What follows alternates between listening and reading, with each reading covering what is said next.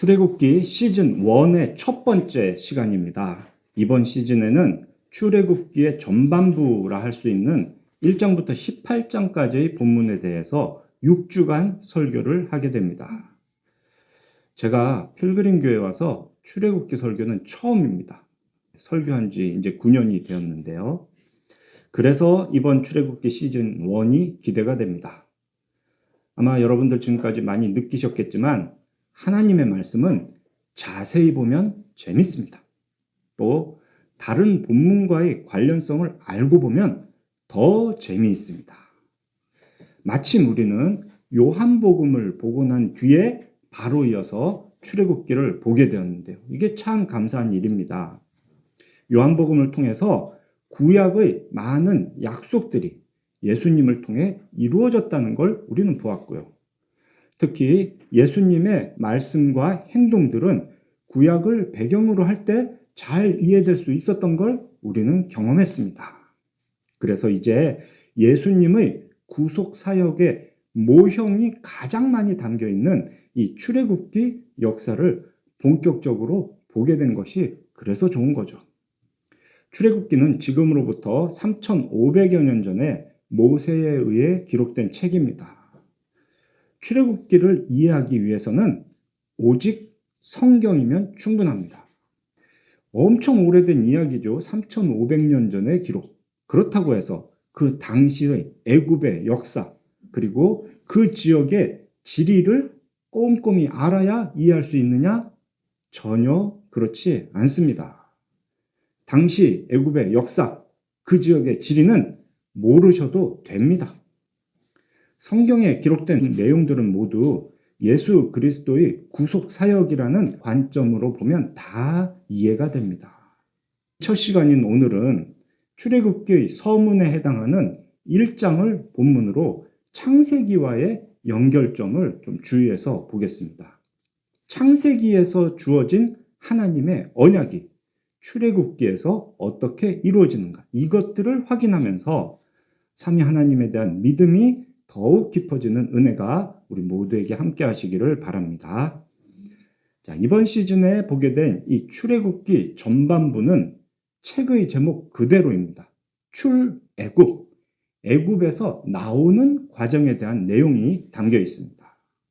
이 부분을 이해하는데 가장 중요한 말씀, 해석의 열쇠는 2장 24절과 25절입니다.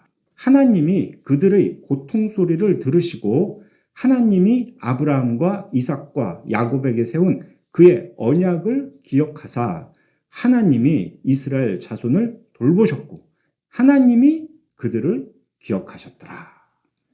이 말씀에 따르면 하나님께서 이스라엘 자손을 돌보셨고 그들을 기억하셨던 핵심된 이유가 무엇입니까? 앞에서는 이스라엘의 고통 소리를 들으셨다 하는데요. 그 이스라엘의 고통 소리는 언약을 기억하게 하는 계기가 될 뿐이었습니다. 핵심은 아브라함과 이삭과 야곱에게 세운 하나님의 언약을 기억하셨다는 겁니다. 하나님은 언약 때문에 이스라엘에게 모세를 보내십니다. 하나님은 언약 때문에 애굽에 10가지 재앙을 내려주십니다. 언약 때문에 홍해를 갈라주셨고 언약 때문에 이스라엘을 구름기둥, 불기둥으로 인도해 주십니다. 언약 때문에 만나를 내려주셨고 언약 때문에 율법을 주십니다. 그렇다면 과연 그 언약이 무엇인가? 이 출애굽기를 이해하려면 애굽의 역사나 그 지역의 지리는 몰라도 되지만 하나님의 언약을 모르고는 이 출애굽기를 읽을 수도 없고 이해할 수가 없습니다. 그래서 출애굽기를 본격적으로 보기 전에 먼저 창세기에 기록된 언약들을 제가 정리를 해드리겠습니다. 우선 창세기 1장에서 하나님이 천지를 창조하시죠. 그 중에 6째 날에 사람을 창조하시고 처음 하신 말씀, 이게 참 중요합니다. 1장 28절, 6째 날에 사람을 창조하신 하나님은 복을 주시며 이렇게 말씀하셨습니다. 생육하고 번성하여 땅에 충만하라, 땅을 정복하라, 하늘과 바다와 땅의 모든 생물을 다스리라. 소위 창조 명령 또는 문화 명령이라고 부르는 이 말씀은 세상의 모든 사람에게 주어진 보편적인 사명입니다. 사람이 세상에 태어나서 할 일이 바로 이것이에요. 하나님께서 창조하신 세상의 질서를 유지하고 그 안에 있는 모든 생물의 생명을 보호하는 것. 이 사명을 수행하는 것 그 자체가 하나님의 복을 누리는 일입니다. 이 사명을 수행할 수 있도록 이 복을 누리라고 하나님께서 내려주신 약속이 있는데 그것을 우리는 언약이라고 합니다. 사명을 수행하는 복은 하나님과의 언약적 관계 안에서만 이루어질 수가 있는 거예요. 그렇게 하나님께서 주신 첫 번째 언약은 음식, 먹는 것에 대한 약속이었습니다. 창세기 2장 16절과 17절. 동산의 각종 나무의 열매는 네가 임의로 먹되 선악을 알게 하는 나무의 열매는 먹지 말라. 네가 먹는 날에는 반드시 죽으리라. 자, 이게 첫 번째 언약이었습니다. 하나님도 참 너무하시다 생각하시죠. 선악과를 제일 먹음직스럽게 만들어 놓으시고는 그거 먹으면 죽는다. 이런 약속이 무슨 복이냐라고 반문할 수 있지만 그 앞에 있는 내용이 복인 거예요. 모든 열매를 마음껏 먹어라. 이렇게 하신 것이 약속이니까 이 약속은 복이 맞습니다. 맛도 좋고 영양도 풍부한 많은 열매들, 심지어 영생을 주는 생명나무 열매도 다 마음대로 먹으라. 이렇게 말씀하셨으니까 이보다 더 큰 복이 어디 있겠습니까? 이런 것들을 먹고 힘을 얻어 살아야 사명을 감당합니다. 생육하고 번성하여 땅에 충만할 수 있죠. 그래야 땅의 질서를 유지하고 생물들의 생명을 보호할 수가 있습니다. 그러니 언약은 하나님께서 사람에게 맡기신 그 사명을 수행하는 복을 누리게 하는 그런 약속인 겁니다. 그런데 이 복을 누리기 위해서는 조건이 있었습니다. 모든 과일 중에 딱 하나, 선악과는 먹으면 안 된다는 거예요. 그 선악과를 볼 때마다 이 모든 열매를 주신 분이 하나님이시지 이 사실을 기억하라고 그런 제약 조건을 두신 겁니다. 그런데 첫사람 아담은 그 딱 하나의 조건을 어겼습니다. 이 언약은 사람이 지키면 복을 받는데 어기면 복을 못 받기 때문에 사람들은 행위 언약이다 이렇게 말을 합니다. 그런 행위 언약은 이 선악과 언약 한 번으로 끝났습니다. 선악과를 먹기 전까지만 해도 이 첫사람 아담은 죄를 선택하지 않을 능력이 그에게 있었습니다. 하나님의 명령에 순종해서 복을 받는 것, 그게 가능했던 사람이 아담이었습니다. 그런데 그가 범죄를 했죠. 그로 인해 아담의 본성이 타락했습니다. 그리고 아담의 자손은 모두 그 타락한 본성을 안에 가지고 이 세상에 태어나게 되었습니다. 그러니 그 후로 더 이상 그 누구도 하나님의 명령을 순종해서 복을 받는 것이 불가능해진 겁니다. 그래서 하나님은 새로운 방식의 언약을 즉시 맺어주셨습니다. 그것이 바로 은혜 언약입니다. 행위 언약과 다르게 은혜 언약이라고 부르는 이유는 사람의 행위가 아니라 오직 하나님의 은혜로 복을 받게 되었기 때문입니다.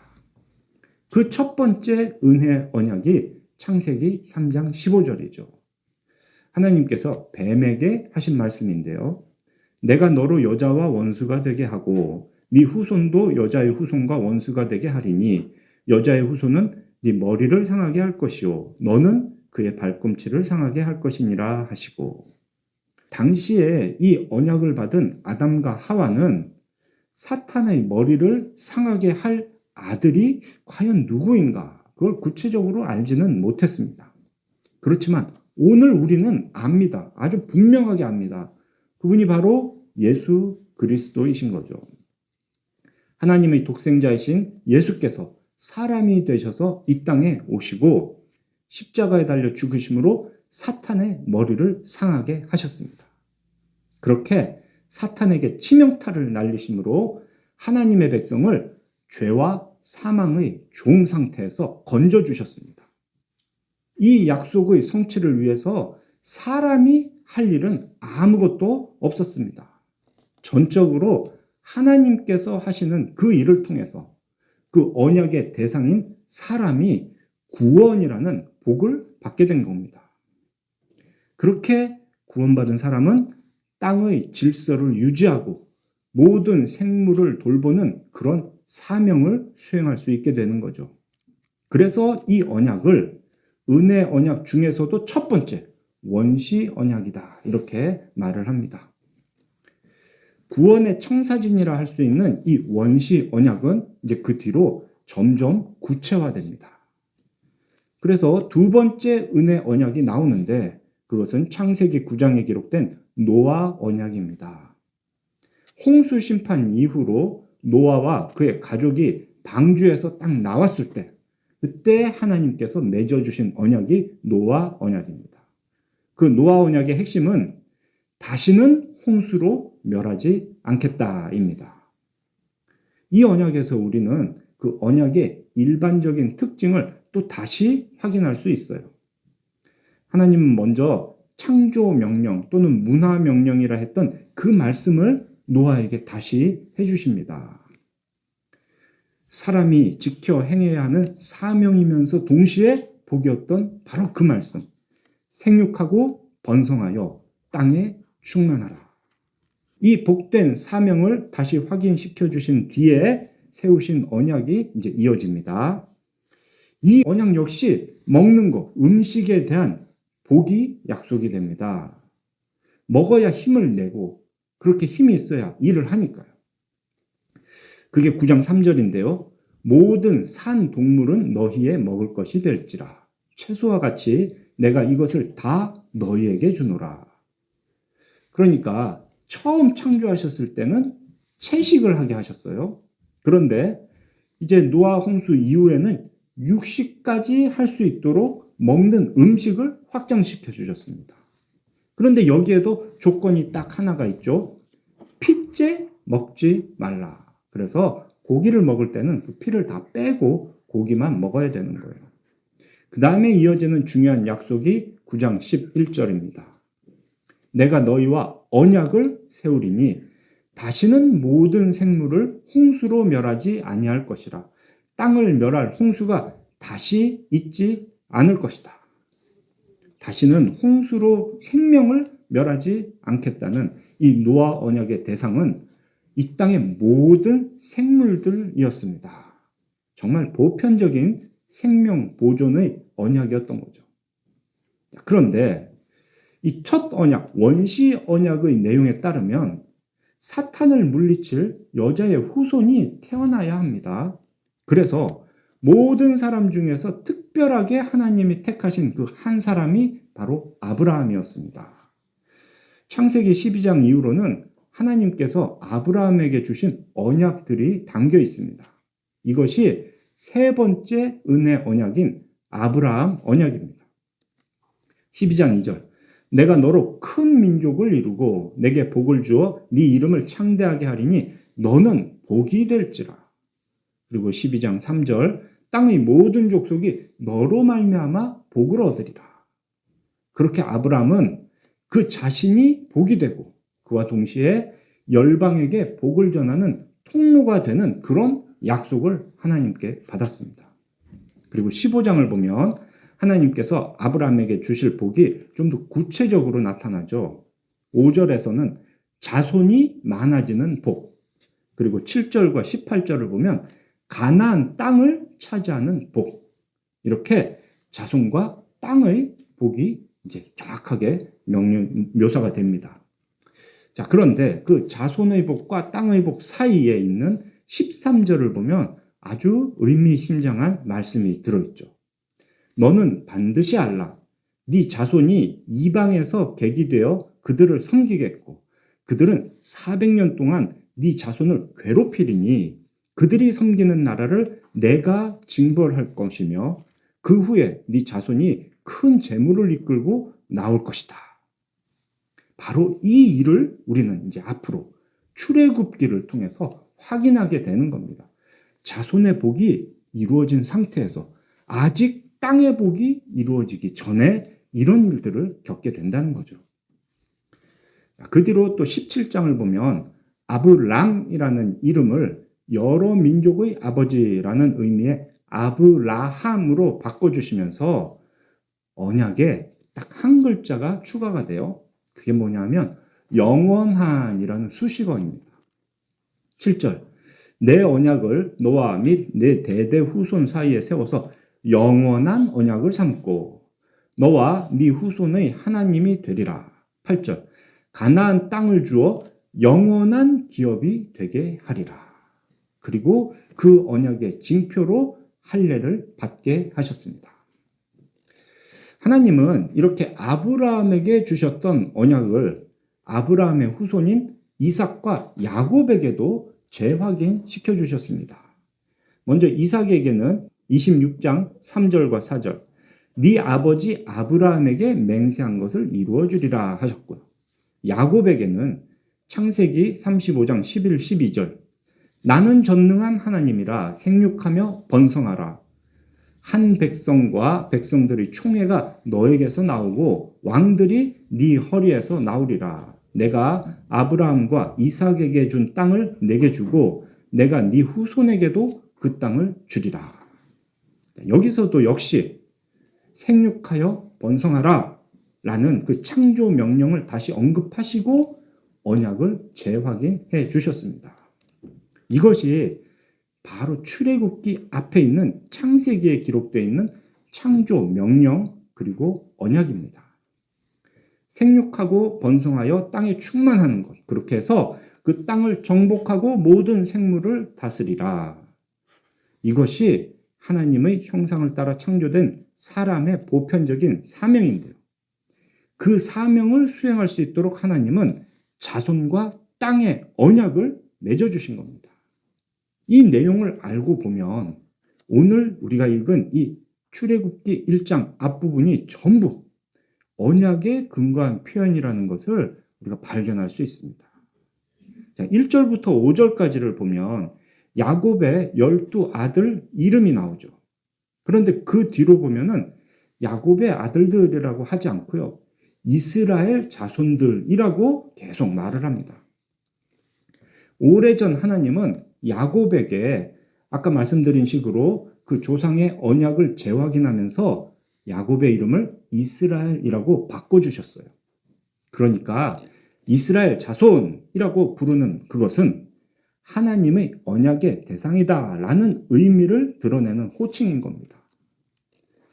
그리고 7절을 보면 그런 이스라엘 자손은 생육하고 불어나 번성하고 매우 강하여 온 땅에 가득하게 되었다 하죠. 이게 딱 창세기에서 보았던 창조 명령, 그 사람의 사명 중에 일부가 이루어지고 있다는 걸 보여주는 겁니다. 아브라함, 이삭, 야곱에게 주어졌던 그 언약의 복이 두 가지, 자손과 땅이었죠. 그 중에서 첫 번째 거, 자손의 복에 대한 언약이 지금 이런 식으로 애굽 땅에서 이루어지고 있는 겁니다. 자, 그렇다면 남아있는 다른 복, 땅의 복은 어떻게 되었을까? 앞으로 우리는 출애굽기를 통해서 바로 그 땅의 복이 어떻게 이루어지는가, 이걸 보게 되는 겁니다. 가나안 땅을 차지하는 복을 누리기 위해 이스라엘 자손은 애굽에서 떠나야 합니다. 그 떠난다라는 말을 헬라어로 표현한 것이 바로 엑소도스입니다. 헬라어 엑소도스에서 이 출애굽기의 영어 제목인 엑소더스가 나온 거예요. 밖으로 떠나라! 이것이 엑소더스, 출애굽기의 가장 핵심적인 의미인 거죠. 그런데 그런 식으로 밖으로 떠나려면 먼저 무슨 일이 있어야 되겠습니까? 안으로 들어오는 일이 있어야 되겠죠. 이스라엘 자손은 지금 안으로 들어와 있는 상태였던 겁니다. 이스라엘 자손이 어떻게 해서 애굽 안에 살고 있었을까? 그게 창세기 뒷부분에 기록된 내용들이죠. 야곱과 그의 12아들이 가나안 땅에 살던 시절에 그 땅에 기근이 들었을 거예요. 그래서 야곱의 가족은 애굽으로 옮겨지게 된 겁니다. 그 과정에서 먼저 애굽으로 팔려가 있던 요셉이 아주 큰 역할을 했죠. 애굽 왕은 총리였던 요셉의 가족이라고 가나안 땅에서 온 야곱의 가족들에게 아주 특별한 대우를 해주었습니다. 목축을 하도록 비옥한 고센 땅을 아예 통째로 제공을 해준 겁니다. 그 고센 땅에서 목축을 하던 이스라엘 자손이 이렇게 번성하던 중에 애굽의 왕이 바뀌었다. 요 이야기 하나를 딱 하고 있어요. 8절, 요셉을 알지 못하는 새 왕이 일어나 애굽을 다스렸다 하죠. 여기서 요셉을 알지 못한다라는 말은 결국은 하나님을 알지 못한다라는 의미를 담고 있습니다. 요셉이 한 모든 일들을 통해서 하나님이 드러났거든요. 여기서 우리는 출애굽기의 아주 중요한 주제 중 하나를 보게 됩니다. 하나님을 아느냐 모르느냐. 제가 출애굽기 해석의 열쇠라고 앞에서 말씀드렸던 그 2장 25절을 보면 하나님이 이스라엘 자손을 돌보셨고 하나님이 그들을 기억하셨다라고 우리 성경에 번역이 되어 있는데요. 여기서 기억하셨다라는 말의 원래 의미가 아셨다입니다. 하나님께서 이스라엘과 맺은 언약을 아시니 이스라엘을 애굽의 압제에서 건져주신 겁니다. 모세가 80세가 되었을 때 애굽 왕 바로에게 모세가 가서 이스라엘을 보내라 이렇게 말을 하죠. 그런데 애굽 왕 바로는 이런 말을 했습니다. 자신은 여호와 하나님을 모른다라고요. 그런 애굽 왕과 백성들에게 하나님은 이제 더 큰 심판을 내리십니다. 그 심판을 다 받고 나서 애굽 사람은 여호와 하나님을 알게 될 것입니다. 이렇게 출애굽기는 여호와 하나님을 아느냐 모르느냐 이 이야기가 쭉 진행이 되는 거예요. 출애굽기의 또 다른 주제 중 하나는 누구를 섬기는가입니다. 이스라엘 자손은 지금 애굽 왕을 섬기고 있습니다. 그 애굽 왕은 하나님을 거역하는 사탄의 졸개, 악한 세력의 아주 대표적인 사람입니다. 그가 하나님의 백성인 이스라엘 자손을 어떻게 압제하고 있는가? 11절 보면 바로를 위하여 국고성 비돔과 람셋을 건축하게 합니다. 성을 건축하게 했다는 거예요. 그 일은 악한 자의 원조격인 가인이 했던 일이었습니다. 특히 창세기 11장에 기록된 바벨탑 사건 우리는 다 알고 있는데요. 그 내용을 보면 당시 그 사람들이 하나님을 대항해서 세웠던 것은 그냥 높이 솟은 탑만이 아니었습니다. 벽돌을 만들어서 성읍과 탑을 건설했다. 도시를 건설했던 거예요. 애굽의 압제에서 반복해서 등장하는 것이 바로 벽돌을 굽는 일입니다. 이처럼 창세기에서 보았던 그 악한 일들이 그대로 애굽의 압제에서 나타나고 있는 겁니다. 하나님의 백성인 이스라엘 자손이 그런 악한 자 애굽 왕을 섬기고 있어요. 그런데 오늘 본문에 등장하는 히브리 산파들, 이 두 여자들은 하나님을 경외해서 그런 악한 자 애굽 왕의 명령을 어겼습니다. 애굽 왕보다 하나님을 섬긴 사람들인 거죠. 그 히브리 산파들의 일을 통해서 하나님을 경외하는 자에게 복 주시는 분이다. 요거를 알게 해주셨습니다. 하나님은 애굽 왕을 섬기는 이스라엘 자손을 건져주시는 그 일을 이제 시작하시는 겁니다. 그리고 애굽에서 나온 이스라엘 자손은 앞으로 하나님을 섬기는 방법에 대해서 배우게 됩니다. 이게 출애굽기의 내용인 거예요. 자, 이제 이스라엘 자손을 애굽에서 나오게 하신 그 이유를 좀 다시 생각해 보겠습니다. 이게 가장 중요한 포인트거든요. 왜 하나님이 이스라엘 백성을 애굽에서 나오게 하실까? 그 핵심 이유는 언약 때문입니다. 그 언약을 이루시는 과정에서 애굽의 압제와 그로 인한 이스라엘 자손의 고통이 사용이 되는 겁니다. 자, 한번 생각해 봅시다.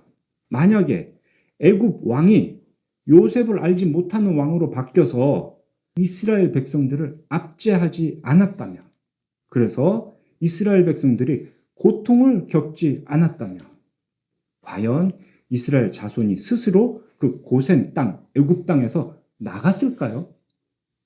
그들이 과연 힘이 센 가나안 사람들이 살고 있는 그 가나안 땅으로 들어갈 생각을 했을까요? 이 모든 것은 하나님께서 아브라함, 이삭, 야곱에게 맺어주셨던 언약을 지키기 위한 수단으로 사용된 일들인 겁니다. 출애굽의 가장 핵심 이유는 언약 때문입니다. 구속 역사의 예표인 이 출애굽은 오직 하나님의 주권적인 역사로 이루어진 일입니다. 오늘 본문을 통해서 우리는 모든 일이 하나님의 때에, 하나님의 방식으로 진행되는구나, 이걸 보고 있는 거예요. 그런데 에스겔 20장 8절과 9절을 보면 아주 또 의미심장한 말씀이 기록되어 있습니다. 이스라엘 자손이 애굽에서 무엇을 했나 보니까 그들은 애굽 땅에 사는 동안 애굽의 우상들을 섬겼습니다. 이스라엘 백성은 하나님을 잊었습니다. 하나님을 경외하지 않았고요. 그들은 언약은 기억도 못했습니다. 그러니 하나님은 이스라엘 자손이 불쌍해서 구원해 주신 것이 아닙니다. 그 에스겔 9절을 보면 하나님은 자신의 이름을 위해, 하나님의 이름으로 맺어주신 그 언약을 이루기 위해 이스라엘을 애굽에서 건져 주신 겁니다. 오래전 홍수에서 그 의인들, 노아의 가족 8명을 방주에 태워서 구원하셨던 것처럼 하나님은 이제 모세를 갈대 상자에 태워 그 죽음의 나일강에서 구원하십니다. 그리고 이스라엘 자손을 홍해를 지나 새롭게 태어나게 하십니다. 그와 동시에 애굽의 악한 자들에게 분노를 쏟아내고 진노를 이루십니다. 애굽 땅에 10가지 재앙을 내리시고 애굽 군대는 그 홍해에 잠겨 죽음을 맞이하게 되는 거죠. 이것이 하나님의 구원입니다. 자기 이름을 위해, 언약을 이루기 위해 하시는 일이 구원인 거죠. 그리고 이 모든 일들은 예수님의 구원 사역의 예표가 됩니다. 출애굽기는 애굽에서 나오는 게 전부가 아닙니다. 우리가 지금 보게 될 이 전반부는 애굽에서 나오는 이야기지만 더 긴 이야기는 그렇게 나온 이스라엘 자손이 무엇을 하는가를 보여줍니다. 언약을 맺어주신 하나님을 알고 약속의 땅에서 자손과 땅의 복을 누림으로 언약이 성취되는 것. 그 가나안 땅에서 하나님을 온전히 섬기며 평안을 누리는 것이 출애굽의 최종 목표인 겁니다. 그것이 곧 완전한 성화이고요. 하나님 나라에서 영생을 누리는 것입니다. 그래서 신약성경 로마서 6장 22절을 보면 예수 그리스도를 통해 이루어진 구속 사역에 대해서 이렇게 설명을 합니다. 이제는 너희가 죄로부터 해방되고 하나님께 종이 되어 거룩함에 이르는 열매를 얻었으니 그 마지막은 영생이라. 그 과정에서 우리는 우리 자신을 보아야 합니다. 바로 출애굽기에 기록되어 있는 이스라엘 자손의 모습을 봐야 합니다. 이스라엘 자손들은 그 출애굽의 과정에서 10가지 재앙도 다 보았습니다. 홍해가 갈라지는 것도 직접 경험했습니다. 그쯤 되면 하나님에 대한 믿음이 굳건해져야 될 것 같지 않습니까? 애굽의 압제에서 그 고통 속에서 자기들을 하나님이 건져주셨으니 감사하며 찬양해야 되지 않겠습니까? 그런데 우리는 광야를 불평하는 이스라엘을 보게 되고요. 가나안 땅에 거주하는 사람들을 두려워하는 이스라엘을 보게 됩니다. 그들은 틈만 나면 애굽에 있었을 때가 더 좋았다면서 모세를 원망하고 하나님을 원망합니다. 이스라엘 자손이 그랬습니다. 그리고 우리가 그런 존재입니다. 우리는 착각을 합니다. 죄와 사망에서 구원받기를 내가 대단히 원하는 것처럼 스스로 생각을 해요. 구원을 받았다. 이 은혜에 감사하는 것처럼 입으로 말은 합니다. 그런데 정작 우리의 몸과 마음은 구원을 불편해합니다. 주중에 이 구원받지 않은 다른 사람들과 다르게 사는 것, 또 이런 날씨 좋은 주일에 예배 드리는 것을 귀찮아합니다. 죄의 종으로 살던 그 시절을 그리워하고 우리를 거룩하게 변화시키는 주의 말씀과 기도는 번거롭게 여깁니다. 이것이 우리의 본 모습입니다. 사랑하는 우리 필그림교회 성도 여러분, 하나님의 형상대로 창조된 우리의 사명은 이 세상을 돌보는 일입니다. 그 사명을 위해서 우리는 생육하고 번성하여 땅에 충만해야 됩니다. 그 복을 누릴 수 있도록 하나님은 은혜의 언약을 우리에게 맺어주시고 성실하게 이루어 주십니다. 그런데 정작 우리는 생육하고 번성하여 땅에 충만할지 안 할지를 내가 결정하겠다고 합니다. 내가 원하는 복이 무엇인지도 내가 정하는 거고, 하나님은 다만 그 내가 원하는 복을 주시면 된다라고 생각하고 있습니다. 하나님께서 압제의 고통 속에서 우리를 건져줘도 다시 스스로 그 압제로 돌아가는 것이 어리석은 우리의 본성입니다. 출애굽기를 볼 때에 이스라엘이 당하는 고난, 그들이 부르짖는 신음을 객관적으로 보시기 바랍니다. 그것들에 귀를 기울이지 말고 그 모든 것 위에 있는 하나님의 창조 명령의 복, 그리고 그 복을 누리도록 맺어주시고 이루시는 언약에 초점을 맞추시기 바랍니다. 그렇게 할 때 우리를 위해 죽임당하신 예수 그리스도의 구속의 은혜, 또 그 언약을 성실히 이루어 주시는 성부 하나님의 사랑과 우리와 늘 함께 하시는 성령님의 교통하심을 누리면서 진정으로 감사하게 됩니다. 나의 소원이 아니고 하나님의 그 뜻을 바라볼 때 우리는 예수 그리스도의 말씀과 또 우리를 위해 주신 살과 피의 가치를 생각하며 그것을 간절하게 구하게 됩니다. 너희는 먼저 그의 나라와 그의 의를 구하라. 그리하면 이 모든 것을 너희에게 더하시리라 하신 그 예수님의 말씀이 그냥 부담스러운 숙제가 아니라 참된 기쁨과 평안으로 우리 안에서 역사를 하게 됩니다. 출애굽 기록을 통해서 우리에게 베풀어 주신 그 예수 그리스도의 구속의 은혜를 다시 깨닫고 우리에게 맡겨진 그 귀한 사명을 수행하는 복을 누리게 되시기를 삼위일체 하나님의 이름으로 축원합니다. 아멘.